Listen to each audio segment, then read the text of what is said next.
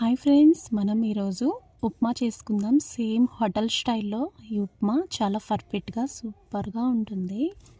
తినే కొద్దీ తినాలనిపించే రుచితో ఉన్న ఉప్మా చేసుకుందాం ఫ్రెండ్స్. ఓకేనా? మార్నింగ్ ఇలాంటి ఉప్మా తింటే ఫ్రెష్గా ఉంటుంది. దానికోసం కావాల్సినవన్నీ నేను సిద్ధంగా పెట్టుకున్నాను. ముందు స్టవ్ ఆన్ చేసుకొని మనం ప్యాన్ పెట్టుకుందాము. అందులో నేను ప్యాన్ ఇట్టెక్కిన తర్వాత 2 గరిటెల ఆయిల్ వేసుకోండి. అలాగే 1 స్పూన్ గీ వేసుకోండి. ఈ నెయ్యి వేసుకోవడం వల్ల ఉప్మా మంచి టేస్ట్ వస్తుంది. మినప్పప్పు 1 స్పూను, జీడిపప్పు వేసుకోండి. అలాగే బాదం కట్ చేసుకొని బాదం కూడా వేసుకుంటున్నాను. పచ్చిమిర్చి చిన్న చిన్న స్లైసెస్గా కట్ చేసుకొని వేసుకోండి. అల్లం తరుక్కొని వేసుకోండి.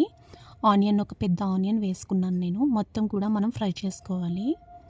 అలాగే 1 టమాటా చిన్న చిన్న స్లైసెస్గా కట్ చేసుకొని వేసుకొని, అలాగే 1 ఆలు కూడా కట్ చేసుకొని వేసుకోండి. కొంచెం 1 స్పూన్ జీలకర్ర, 1 స్పూన్ ఆవాలు, 1 స్పూన్ పచ్చి శనగపప్పు వేసుకొని మొత్తం కూడా ఫ్రై చేసుకోవాలి.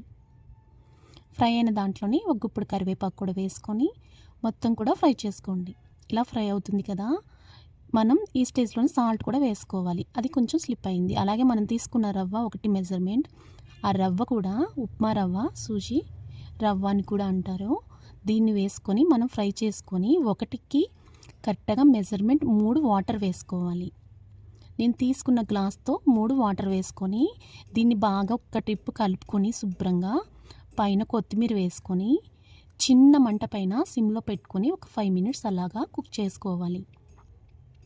చూసారా, మనకి చిక్కగా ఉప్మా రెడీ అయిపోయింది ఫ్రెండ్స్. చాలా బాగుంటుంది.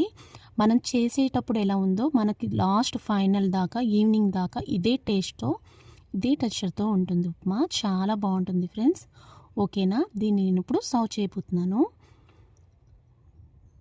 చూసారా, మనకి నెయ్యి ఫ్లేవర్తో చాలా బాగుంటుంది. మనం అల్లం అన్నీ వేసాం కదా. నేను టేస్ట్ చేసి ఎలా వచ్చిందో మీకు చెప్తాను ఇప్పుడు.